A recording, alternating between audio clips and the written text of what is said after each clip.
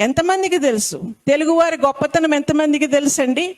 తెలుగువారి వాగ్గేయకారుల గురించి ఎంతమంది తెలుసండి?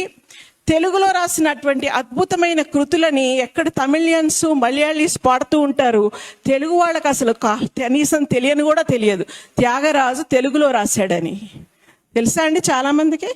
సో ఆయన ఎక్కడ, ఏ ప్రాంతంలో ఉండి దాన్ని రచించారండి? తమిళనాడు తంజావూరులో ఉండి రచనలు చేశారు కదా. అలా అలా ప్రతిదీ మనకి తెలిసినటువంటివి. అన్నమాచార్య గురించి తెలుసుకోండి, త్యాగరాజు గారి గురించి ఎందుకు తెలుసుకోవాలి? We know about Trinity college of music in London. We know about London School of Economics as one of the top universities, But how many of us know?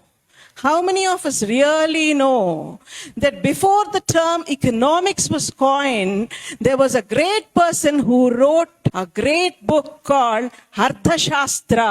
Entamandiki telusu? 3rd century BC. Who wrote Arthashastra? Kautilya. అప్పటికి ప్రపంచానికి ఆర్థిక శాస్త్రం అంటేనే తెలియదు. ఆ రోజుల్లోనే ఆర్థిక శాస్త్రం మీద అద్భుతమైన రచనలు చేసిన కౌటిల్యుడు పుట్టిన దేశం ఇది.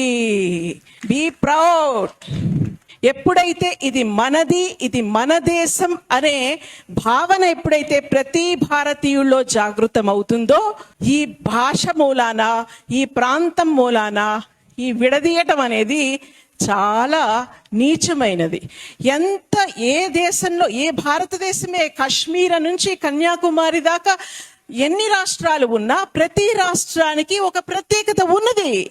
ఆ పక్క రాష్ట్రాన్ని వాడి కూడా మీరు గౌరవించండి. ఆ పక్క రాష్ట్రం వాడికి కూడా మీదైన గొప్పతనాన్ని, మీదైన ఔన్నత్యాన్ని తెలియజేసే విధంగా మీ రాష్ట్రం గురించి ముందు మీరు తెలుసుకోండి.